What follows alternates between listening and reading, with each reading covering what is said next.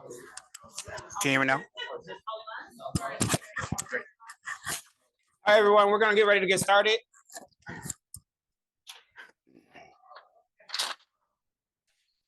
First, I want to say Happy New Year's to everyone. Happy New Year to you all. I ain't seen you since last year.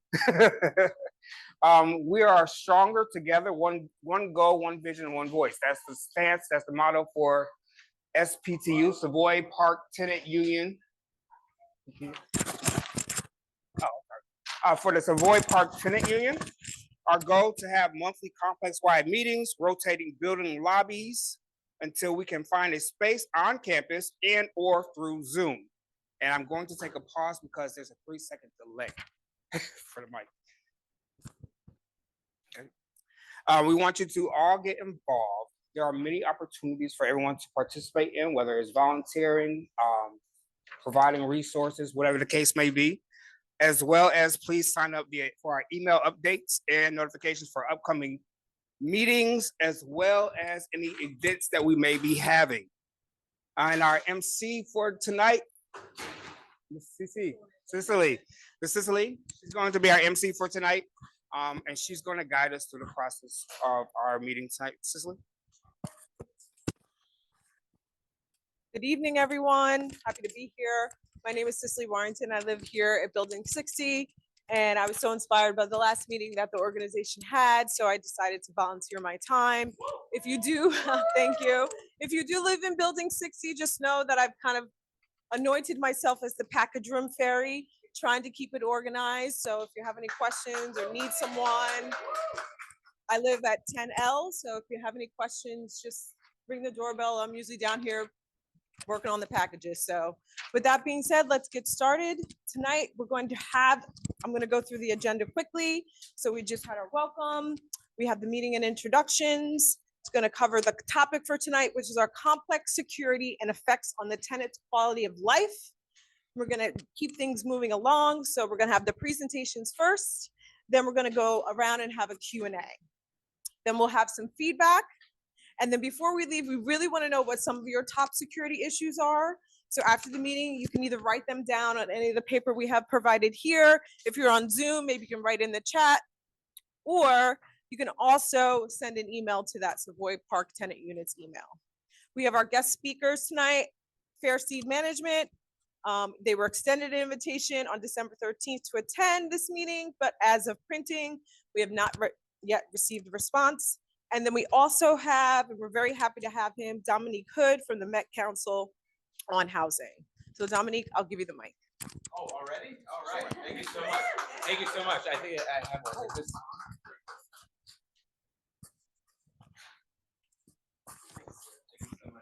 Thank you so much, everyone, for making the time to come out tonight. My name is Dominique Hood. I am a tenant organizer with the Metropolitan Council on Housing. We are a member-led 501c3 nonprofit, which helps tenants organize for better conditions in New York City. We are actually one of the oldest tenant unions in New York City. Our history stretches all the way back to 1959. We were on the front lines of the rent strikes all throughout the 1970s and 80s, and we are very proud to be at the forefront of the Housing Justice for All Coalition, which fights statewide for better tenant protections. And this year, we're actually fighting for social housing, which is really cool. So basically, I just wanted to give sort of like a little intro to some of what we do. A lot of times when we come into tenant associations to help folks out, a lot of what we're doing is the organizing side. We're helping tenant associations get their flyers out, organize meetings, have productive meet and greets. And basically, a lot of what we do are institutional one-on-ones. We sit down with tenants and ask them what are their issues and what's going on in their apartment. And then we try to find interconnecting issues between apartments, because people power is really the forefront of how you get these problems solved. I cannot tell y'all how much actual progress I've seen from tenants coming together and working together. So I just wanted to give a really big thank you to the tenant union for inviting me out tonight. I'm looking really forward to working with you all going forward. And I just want to give a little bit of a sort of a brief explanation of some of the things we do. A lot of what we do normally falls into two main categories. When tenants have issues, a lot of times what they can do most forefront is take their landlord to court. And that happens at the same civil court that you would take a civil case to, but it's housing court and it's downtown. And what you would do is you would open up what's called an HP action case. And this is all connected with HPD, and they would actually prosecute that case on your behalf. So a lot of times what happens is tenants will come together and compile their issues. They'll start calling 311 and getting a really good record with the city of all the issues that are in your apartment. I really want to stress that if you have issues, please record them. A lot of times people feel like, what's the point of calling 311 when it doesn't do anything and they don't send anyone on time? Well, when you get in front of a judge and you are actually taking your landlord to court for these repairs, if the judge looks and sees that, oh, you were calling about a problem for 3 months, but then you stopped calling about it, they will immediately throw that out and think that, well, then you must not have a problem anymore. So I really want to stress that 311 is your best friend. And when any organizing effort we do as a building together, it's all going to be built off of that. So I just want to say that up front. Another thing that a lot of buildings do, and some of the buildings in your complex have been thinking about working towards, is what's called a building-wide rent reduction. Now, this is actually not through HPD, a city agency, but rather through the state agency, which regulates all of your stabilized apartments, and that is DHCR, or CHR as it's known now. But so that's a statewide agency that actually regulates the stabilized apartments and is the one who basically sets the rules for your landlord. And so when if you have, say, improvements in your building that your landlord is charging you for an MCI, or what's called a major capital improvement, if you want to challenge that, you challenge it through DHCR.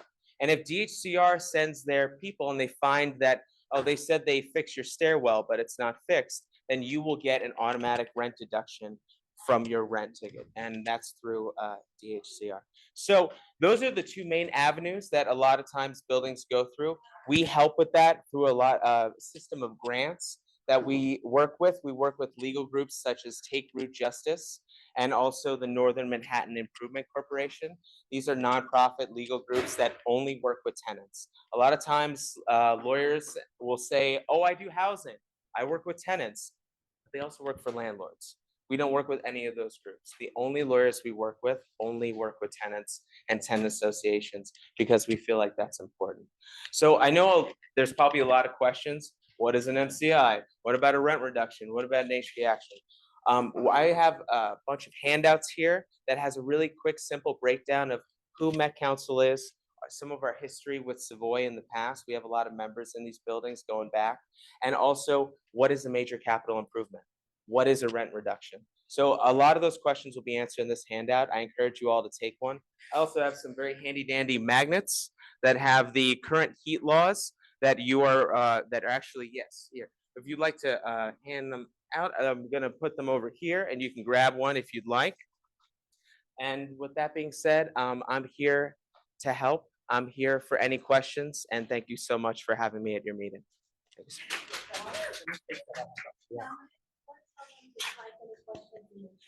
Yes, and my dear friends in the Zoom, hello there, out in electronic land. If you would like to put any questions in the chat, we'll have someone perusing that, and they will bring those questions to me, and I'll be able to answer them. So thank you so much.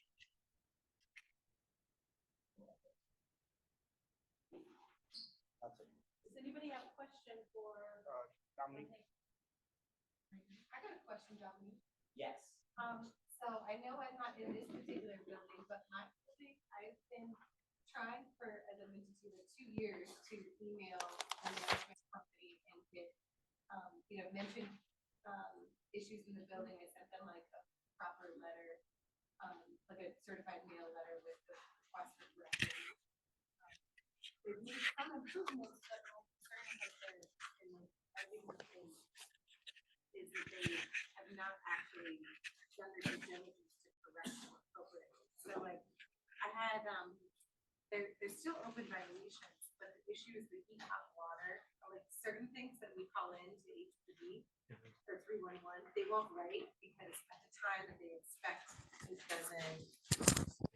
But there's a lot of tenants in the building that have called 311 as well. Do you think there's any would the courts potentially look at that and say, hey, we see that you've been calling repeatedly for this, even though we haven't written a violation? Does that have any? That's a really great question, and I wish I had a perfect answer for it. I don't. Yeah, for the people on Zoom, she's talking about. Oh, Yeah, you just want- kind of, no, they can't hear me, but if you can just kind of summarize what she said, and Yeah. then we'll pass the mic. So I'm gonna make an attempt. You stop me if I'm wrong. So basically, what she was asking about is, HPD. Sometimes when you make calls to them, when they come by and they check something, it is not the same as when you call them. So you call them, say, my apartment's too cold. Like you just see, it's supposed to be a certain degree and a certain time of year. When HPD comes, they'll check a certain part of the apartment. If their meter says that it's above temperature, then they walk away. You know what I mean? And so, even though, is that a proper summary of what you're saying? You want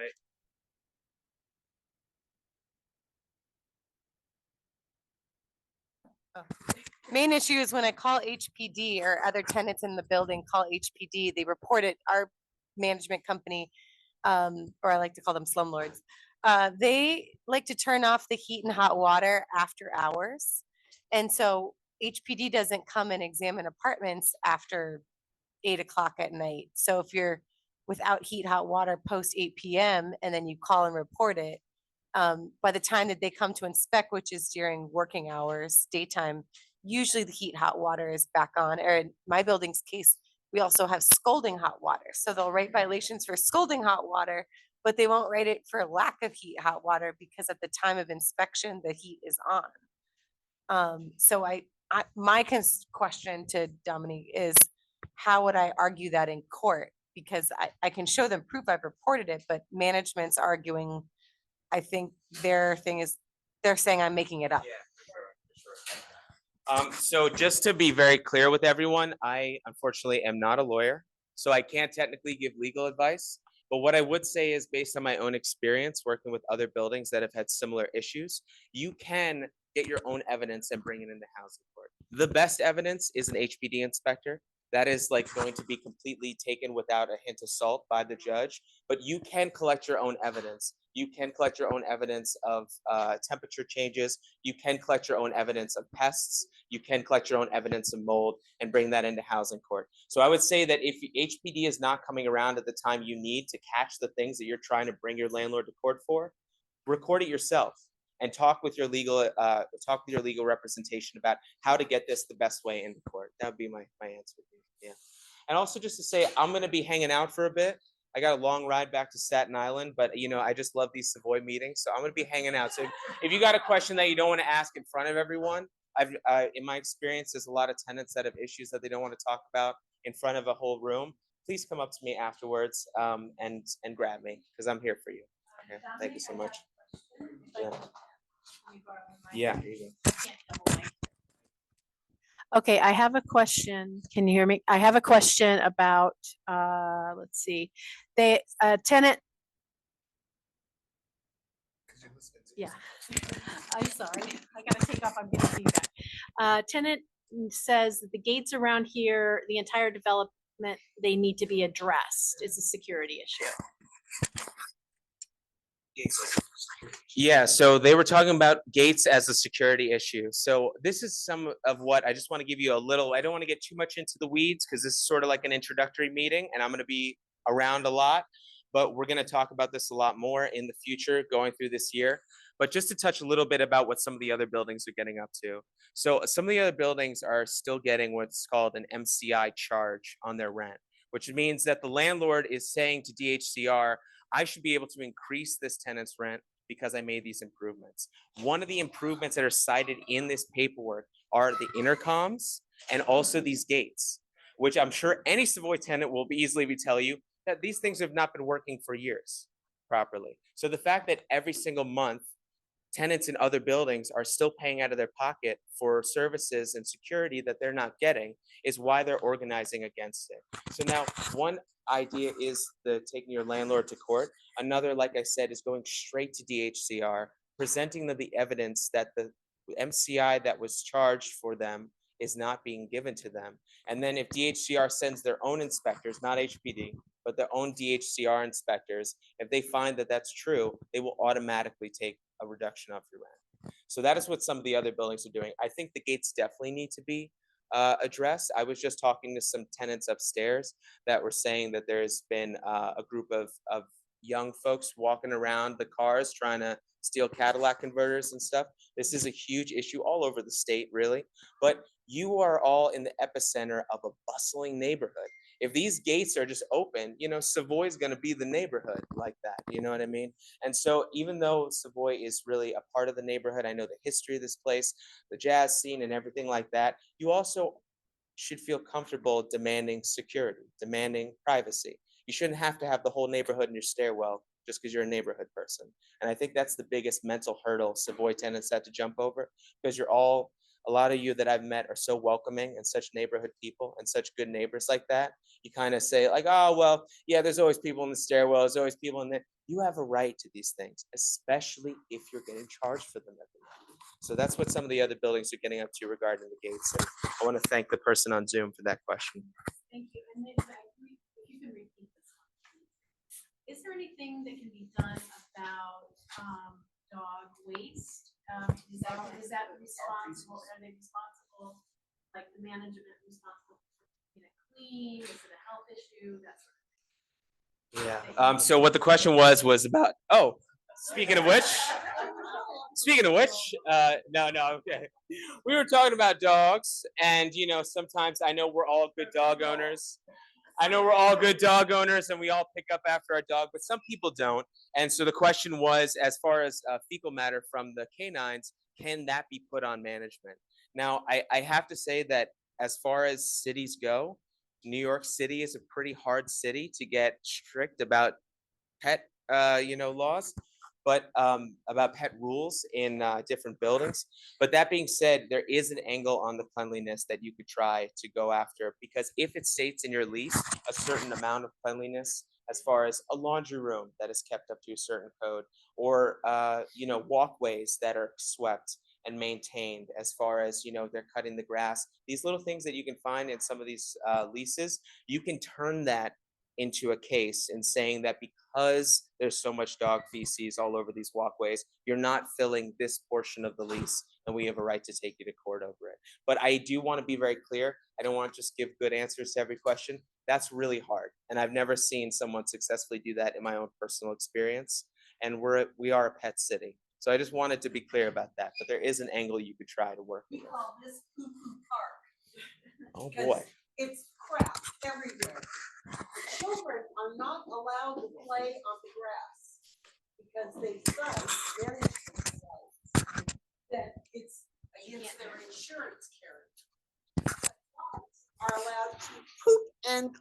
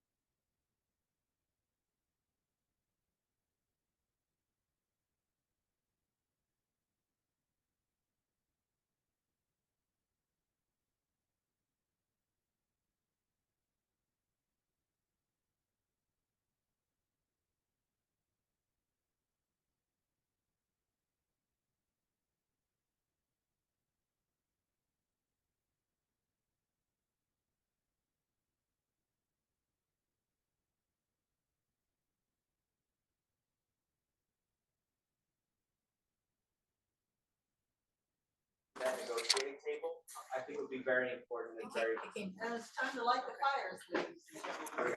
Dominique, switch out. That's an appropriate summary, but.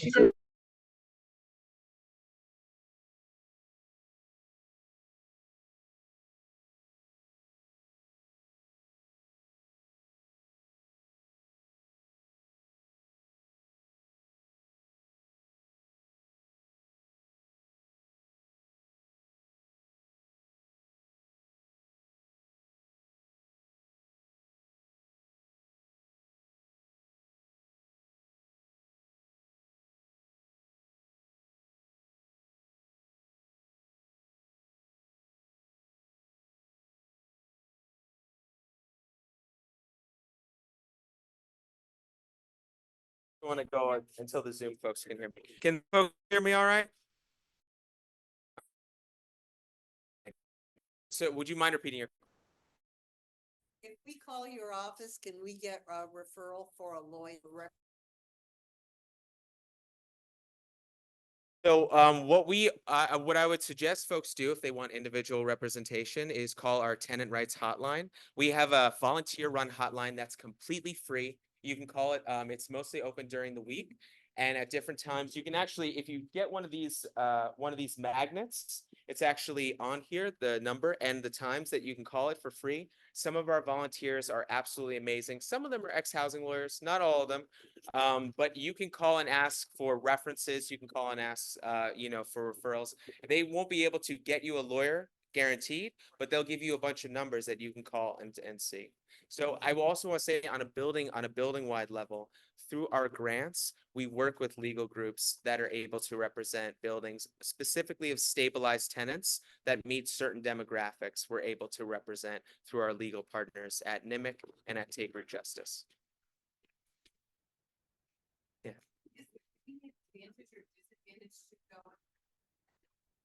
Oh, great question. Would you mind repeating that? Is there any advantage or disadvantage to taking an HP action as a group versus an individual, and would it water down the individual case going as a group? So that's a great question. And the official answer from the city would tell you is there's no difference. There's absolutely no difference going to court as a person, as a singular tenant, as opposed to a building. What I can tell you from my own personal experience is that it is 1,000 times better to go in as a group. You have so much power with your neighbors that you do not have on your own. The whole system is built to make you as a singular tenant feel like you have no rights, like you have no ability, and like the whole system is built against you. On my first day helping out one of our members when they had a court date, we were able to get an adjournment because she didn't have the legal representation. And so I went to basically just to back her up. I went there to sort of answer any questions she had. The landlord's lawyer was like, "Are you a representation?" I was like, "I'm not a lawyer. I'm not a lawyer. I'm just a friend. I'm just here to help." The board to see when her court case was. They had 10 judges working in housing court. 9 of those judges were doing non-payment cases, kicking out tenants from their homes. One of those judges was doing HP action cases, getting repairs for tenants from their landlord. So I just want to say that shows you how the system is built to begin with, and that shows you their priorities. If you go in as a group, you demand a ton more attention than if you go in as a singular individual. But that's just my own, personal opinion based upon my experience. That is not an official legal statement. Yeah.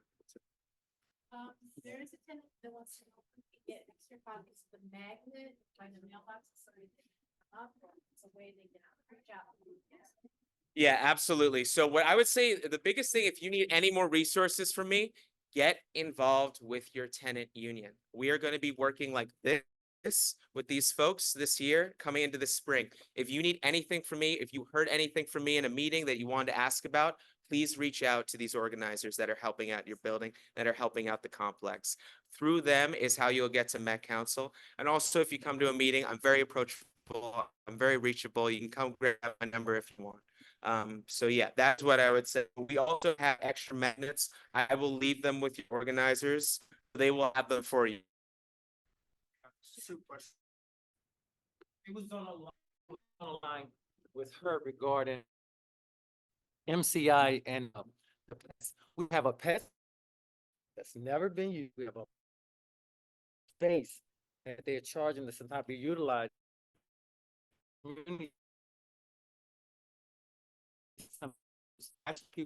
And for a bite. It was just supporting around the issue for her. I guess that all falls on the FBI, but it's something they're not gonna. It absolutely does. Yeah. So great comment. Yeah. Don't have. And they really need to step up. Yeah. Because they're trying to kill us, I think. And also just One way or the other. absolutely. And the neighborhood around you too. I mean, this is another thing that I think is very, very important for Savoy tenants specifically, is that it's not enough for you to save your home here. If the neighborhood around you prices out, then you might as well have gotten priced out of your apartment. So it's really about the solidarity that you have in Harlem. And that's what some of Met Council, we're going to do some gentle pushing this year to try to get you all into more ingratiated fights with the buildings around you. Because let me tell you something, some of these market rate tenants that are organizing against their landlord, most brave people I've ever seen in my life.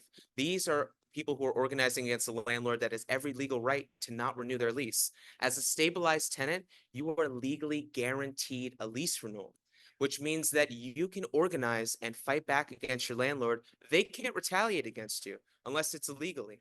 That is not the same for market rate tenants. So I just want you all to kind of gain a little bit of a view into the abilities that you have as stabilized tenants. You have so much power that's just waiting to be grabbed, and you have a lot of problems that need real fixing. So I have, so sorry, somebody wanted me to have the work in progress. So they wanted to mention that some of the lawyers that they're reaching out to in your organization are not returning calls. how do they reach out? Can I ask, was it through the hotline or was it through an organizer? Yeah. Would you mind letting us know how you got the referral?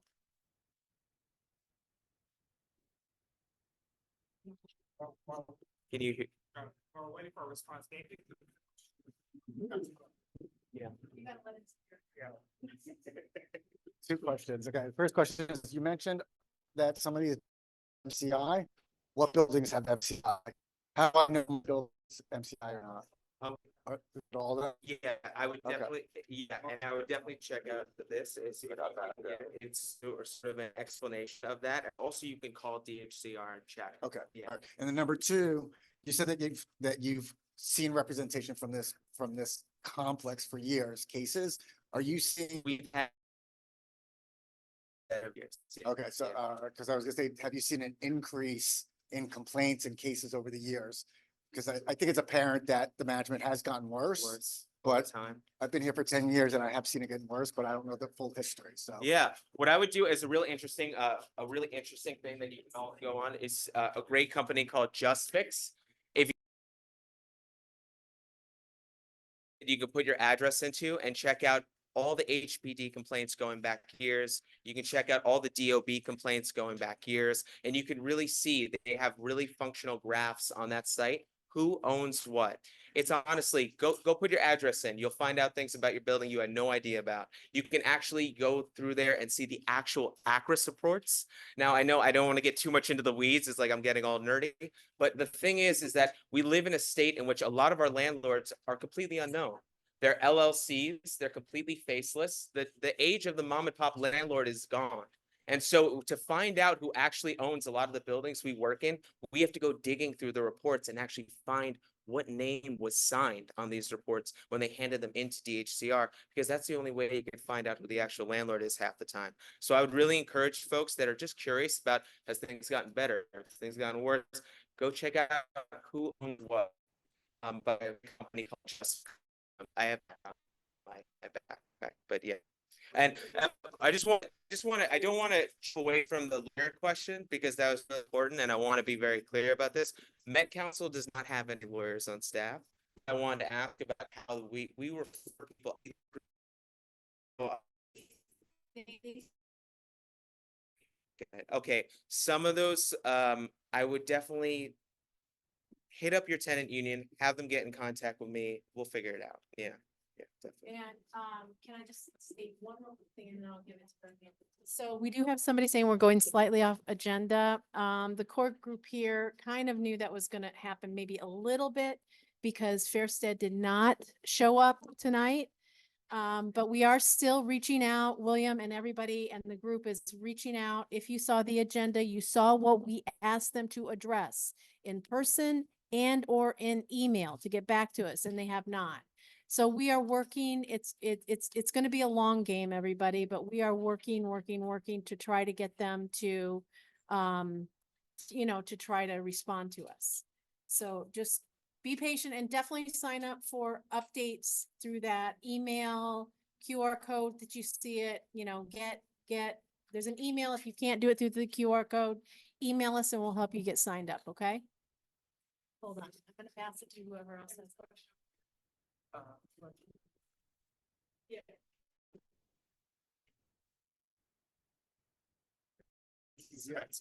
That's okay. Yeah, I just wanted to ask, I'm not sure how much of a problem it is for others, but, the elevators, they haven't really been a problem. for me. I just Uh, Yeah, I mean, you know, they are, but one thing that's actually kind of scary, I think just today, actually, I was picking it up and it just kind of like stopped and like kept going up and stopped, and there is kind of like a bit of a history of these like elevators not working, which is, you know, like annoying if not kind of frightening if you're actually in it, not just. So I was wondering what could about that problem. I don't want to dominate the meeting, and I don't want this to turn to an endless Q&A. I think that'll be a great opportunity to turn it to the tenants and have a conversation. Has anyone else experienced these problems with the elevator recently? Yeah. Are you in this building? Yeah. Okay, and which one? The one that has been stuck for about 24 hours. If this is one of the services that is in your lease, you absolutely have a case. I mean, it just goes without saying. I don't feel any trepidation about telling you that straight up. Absolutely, yeah. Yeah. Everybody else's apartment's really full today, right? Is that what that means? That everybody? I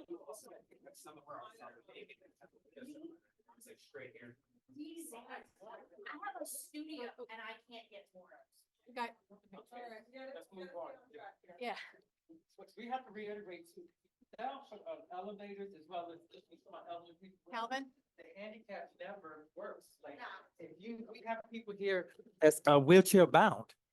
And this building has never worked. And everybody can call 311 and say, hey, I got an aunt, I got a grandmother. If your leg break, why you can't press it to open? Those are vital things. Heat, elevator. These things are crucial. These are just basic amenities that we deserve to have. So please, it's annoying, but call 311. That's what I'm saying, by law. So 311, everybody inundate them. Doesn't work. Yeah, the suggestion for right now, until we can organize and get together and bring something together through with council and all that, is to constantly call 311 about these clear violations. There's no. I could just say real quick, also, you don't have to call. There's a website. 311 is super accessible online. And also, if you're calling in another language, I know everyone here, we're not doing a language justice meeting. In the future, we're going to be doing a lot of work with, especially Met Council. We can bring translators to meetings. There's also people in your building that English is not their first language that are kind of left out of meetings like this because they can't really participate. So we're going to do a lot of work to try to get everyone in the building to be able to participate. But that being said, I just want everyone to know, when you call 311 in a different language, if you have friends that are trying to call in a different language, you have to state what the language is. And once you do, they're going to try to give you an English person again. You have to state again. It's a horrible system. And that's why I encourage everyone to use the website, because it turns a lot of people off. Because you'll call in Spanish and say, I need someone in Espanol. And then you'll get a message that's in English. A lot of people hang up at that point because they're just like, I guess this doesn't work. So please utilize the online function. You could do it so quick, 311 online. You don't have to sit there and wait for someone or record a message. So I just wanted to say that as well. Yeah, yeah. That's what I meant, sorry. Any other questions? Right here, right here.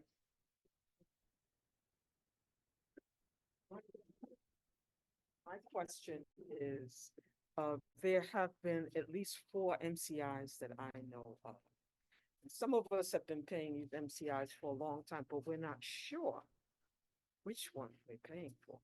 Is there a way to find out what we're paying for and how do we do it? Hypothetically, you can call DHCR, but it is not a perfect system. Oh, what she was asking was that she's saying that she's been paying multiple MCIs. She's lived in the building quite a while, and she doesn't know which one she's paying because management has been sort of spotty about detailing what they're charging for when. Is that a fair? And so what I was saying is that it's not a perfect. DHCR has that. You should be able to reach out to DHCR and get those answers. But I just want to be clear that it's not a perfect system. Many tenants are having frustrated attempts at trying to find that out. You're not the only one, but I would say DHCR is the route to go down. Okay. Because I have, mine allows them to take. And I can ask, but I had Oh, to pay MCI forever. I know that. And was it on here? The lawyer, the judge, they can conscientiously, after say. It's stating that she allowed the landlords to take her to court in regards to the MCIs, in order to figure out which MCI is on her rent, and she's still confused after that. It's one of the few ways that landlords can raise your rent beyond. And an MCI is basically one of the ways that the landlord can raise your rent legally.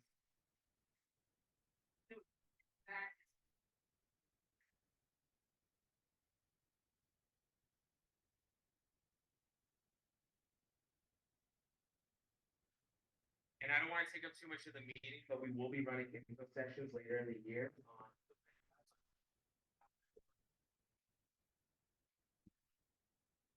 So the intercom.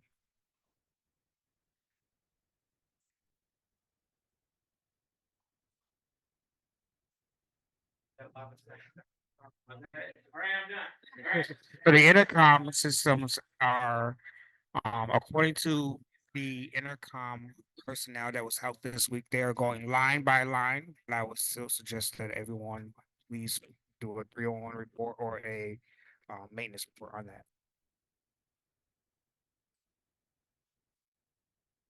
All right, so we want to thank Dominique Hood again. Thank you so much for all that great information. I think to summarize it all, that we need to stay organized.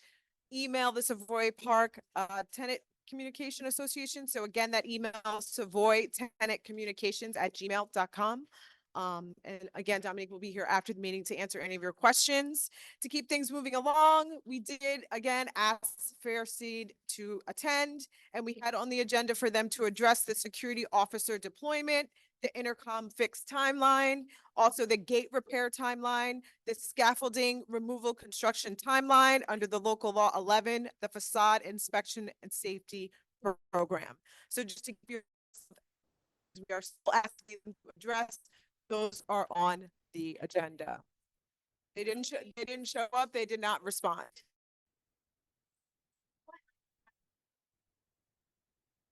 City did not want buildings to take years and years to have scaffolding up forever. Right. Yeah. And they were helping build get the face done, and we still, yes, so can you call 311 about that? I'm going to defer to Dominique. Do you know? Does anyone know? Oh, sure. Yeah. So we have a tenant who lives in this building, who's also part of the tenant union, who's currently at the Community Board 10 meeting and raising specifically that question. So he attended last month. He's going again now. The community board members are actively looking into the issue, and they've requested that we provide documentation. So this is where the pictures, the 311 calls, all of that comes into play, because they're going to activate our local assembly people, and then going from there, try to hold Fairstead accountable. So specifically in building 60, they have passed the 3-year timeline in completing the work for the facade, but there hasn't been any updates or additional work that's being done. So that's the route that we're taking. We'll see how far it goes. Things with the government, it takes a long time, but that's actively being pursued. And then there are other 2 buildings, which I don't recall the numbers right now, which are in the same situation. Thank you, Almaz. Okay, to keep moving along, there's an update on the package room. So we sent Fairstead management our suggestions for the package room improvements in November of 2023 and asked for a meeting. No response. We continue to report, or we suggest continue to report to the carriers if your delivery of individuals not using secure Luxor One lockers. Okay. So in other words, they are holding the carriers responsible for not putting those packages in that locker. I will tell you, I'm in there just about every day, and I figured out that the locker is not actually full. There's plenty of lockers for your packages to be put in there. So we as tenants have to encourage our Amazon, whoever, leave notification that they can place it in the locker. Okay, and until we can start to do that, I also have figured out another way. That's to come. So if there's any carrier phone numbers, you can ask for a call back from the station manager and get a case before hanging up of your record. So in other words, if you don't receive a package, if it's not in there, if it's unfortunately taken, whatever the scenario may be, contact the carriers. Okay, and we have the FedEx numbers here, UPS, LaserShip, On Track, DHL, and Amazon. Amazon will not provide a case number. So the original link for filing a stolen package report has been updated by the NYPD. So you'll see those two posts in the package room. There is a QR code. So that's a way to get the information started if you do have a package that ends up becoming missing. The NYPD currently does not see theft as an issue in our complex due to the lack of reports they are receiving. We'll be inviting them back for future meetings to give updates. Calling the carriers and filing police reports, we understand can be cumbersome, but is vital to make noise to affect that change. The Fairstead and carriers are currently not motivated with us as no or few complaints are being filed and or called in. In all steps taken, if there's an issue that can be found by scanning the QR code on the posters in the laundry rooms, as well as inside and outside of those package rooms. So if you'd like them emailed to you, please let us know. That completes the agenda. Did we want to leave any time for any other questions? Is there anybody on Zoom that may have a question?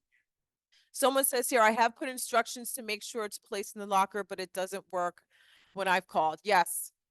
Yeah, we just have to keep calling, be annoying.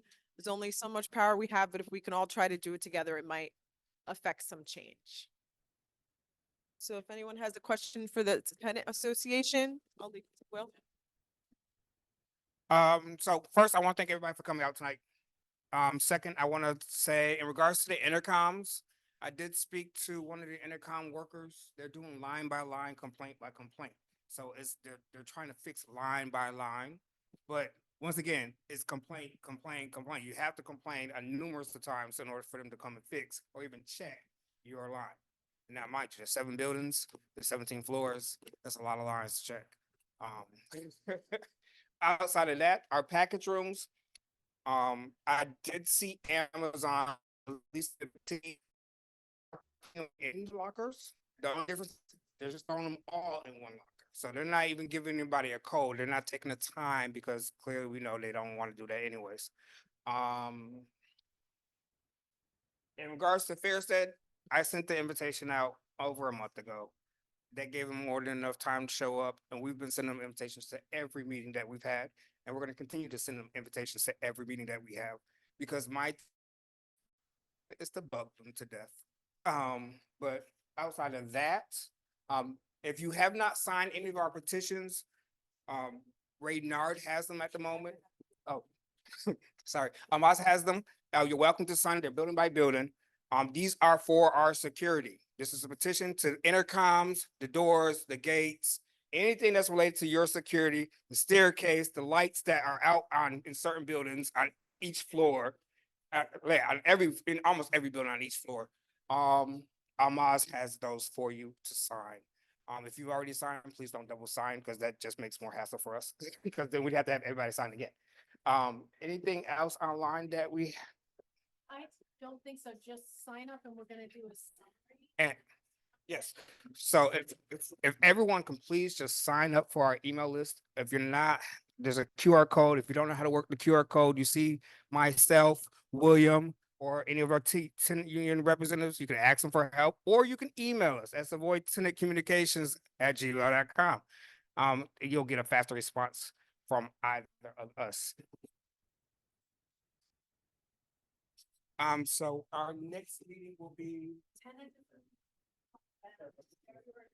February 21st. So please look out for that. We're gonna try to once again have this every month. The only way to build up our numbers is everyone has to bring somebody. That's all I ask. Bring one person. And yes, please let us know if you want to participate. If you want to participate, you want to volunteer some time, even if it's just doing a few door knocks, or sitting in the lobby of your building and collecting a few signatures, that works for me. And I'm always around to help. But My neighbors, when they complain to you, they say, well, 311, just like that. Oh, right, you said, the statement was, remind your neighbors, if you're gonna complain to, did you call 311 first?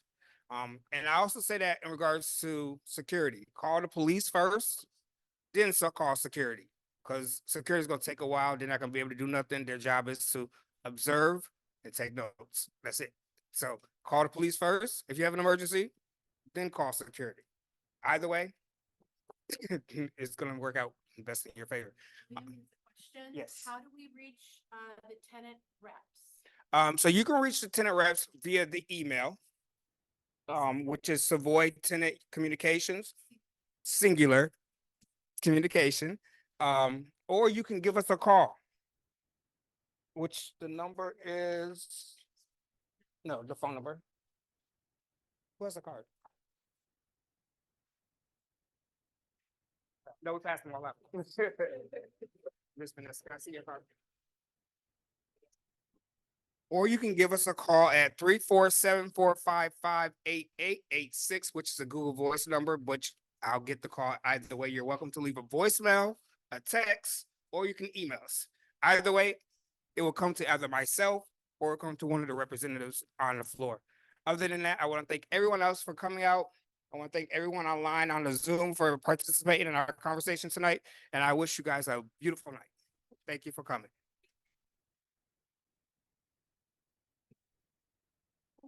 So we gotta call the 111 or something. All right, I have the petition here. If you haven't signed. We need to listen to